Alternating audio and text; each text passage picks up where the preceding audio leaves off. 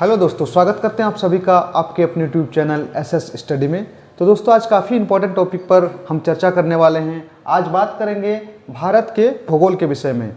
दोस्तों, परीक्षा चाहे किसी भी स्तर का हो, राज्य स्तर का या फिर सेंट्रल जॉब की अगर आप तैयारी करते हैं तो हर परीक्षा में लगभग भारत के भूगोल से प्रश्न पूछे जाते हैं। और आज के इस वीडियो में ये आप कह सकते हैं कि ये एक मास्टर वीडियो है।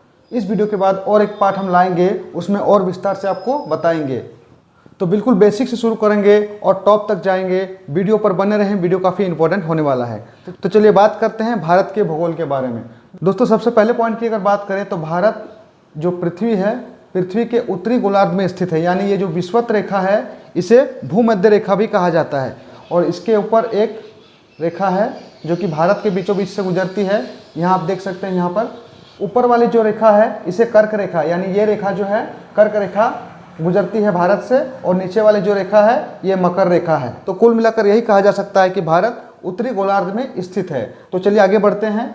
भारत का क्षेत्रफल की अगर बात की जाए तो 32,87,263 वर्ग किलोमीटर है भारत का क्षेत्रफल। इसे आप याद कर ले, काफ़ी इंपॉर्टेंट है। सीमाओं की अगर बात करें, यानी सीमा की जो बॉर्डर की जो लंबाई है, तो कुल लंबाई की अगर बात की जाए तो 15,200 किलोमीटर है कुल लंबाई। यानी कुल लंबाई अगर सीमा की बात करें, ये इसमें जल और स्थल दोनों सम्मिलित है, तो कुल सीमा की लंबाई 15,200 किलोमीटर है। अब बात कर लेते हैं भारत की स्थिति की, यानी कि ग्लोब में जो भारत की स्थिति दर्शाई जाती है या फिर संपूर्ण पृथ्वी में जो भारत का जो लोकेशन है वह कहाँ पर है। तो स्थिति की बात करें तो 8 डिग्री 4 मिनट से लेकर 37 डिग्री 6 मिनट उत्तरी अक्षांश तथा 68 डिग्री 7 मिनट से लेकर 97 डिग्री 25 मिनट पूर्वी देशांतर पर स्थित है। तो दोस्तों, इन दोनों पॉइंट को आप या तो पेन पेपर से लिख ले या तो वीडियो को रोक करके अच्छी तरीके से याद कर ले, क्योंकि ये एसएससी, स्टेट पुलिस और जितने भी एग्जाम होते हैं ये प्रश्न कई बार रिपीट हो चुके हैं और आगे भी पूछे जाएंगे। द्वीपों की अगर संख्या की बात की जाए तो भारत में कुल 247 द्वीप है। तो कहाँ कहाँ कौन सा द्वीप है इस पर भी हम बात करेंगे। तो द्वीपों की कुल संख्या 247, जिसमें बंगाल की खाड़ी अगर पोजीशन की बात करें तो बंगाल का खाड़ी यहाँ पर स्थित है, इस जगह पर, ठीक है। तो यहाँ पर जो द्वीप है अंडमान निकोबार द्वीप समूह है, और जितने भी द्वीप है अरब सागर में भी उस पर हम चर्चा करेंगे। तो कुल द्वीपों की संख्या है 247, जिसमें बंगाल की खाड़ी में 204 द्वीप हैं तथा अरब सागर में 43 द्वीप है। अब बात कर लेते हैं कर्क रेखा की। तो दोस्तों, कर्क रेखा कुल 8 राज्यों से होकर के गुजरती है, इसे भी आप याद कर लें, जिसमें गुजरात, राजस्थान, मध्य प्रदेश, छत्तीसगढ़, झारखंड, पश्चिम बंगाल, त्रिपुरा और मिजोरम। तो इसे याद करने के लिए ट्रिक हम बता चुके हैं पहले वीडियो में, आप चाहे तो उस वीडियो को देख सकते हैं या फिर से बता देते हैं, आप नोट कर लें। इसे याद करने के लिए आप कह सकते हैं गमछा झारबो मित्र, यानी गुजरात, मध्य प्रदेश, छत्तीसगढ़, राजस्थान, झारखंड, बंगाल, मिजोरम और त्रिपुरा, गमछा झारबो मित्र, इसे आप याद कर लें। भारत के अगर पड़ोसी देश की बात की जाए तो कुल 7 पड़ोसी देश है। तो ये भी काफ़ी इंपॉर्टेंट है, कई बार पूछा जा चुका है और आगे भी संभावना है पूछे जाने की। तो कुल पड़ोसी देशों की संख्या 7 है।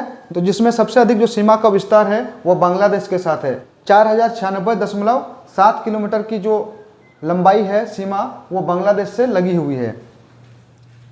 और सबसे कम की अगर बात करें तो अफगानिस्तान के साथ सीमा है, वह 106 किलोमीटर है। इसे भी याद कर ले, यह भी काफ़ी इंपॉर्टेंट है।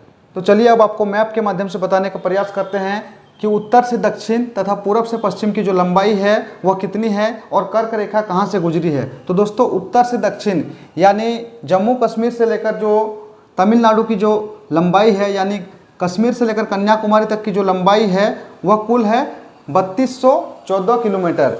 यानी यहाँ से यहाँ की जो लंबाई है, सबसे टॉप से बॉटम तक की, यानी ऊपर से नीचे तक की जो लंबाई है वह 3214 किलोमीटर है। इसे याद कर ले, ये भी कई बार इस प्रश्न को भी कई बार पूछा जा चुका है, इसे आप नोट डाउन कर लें।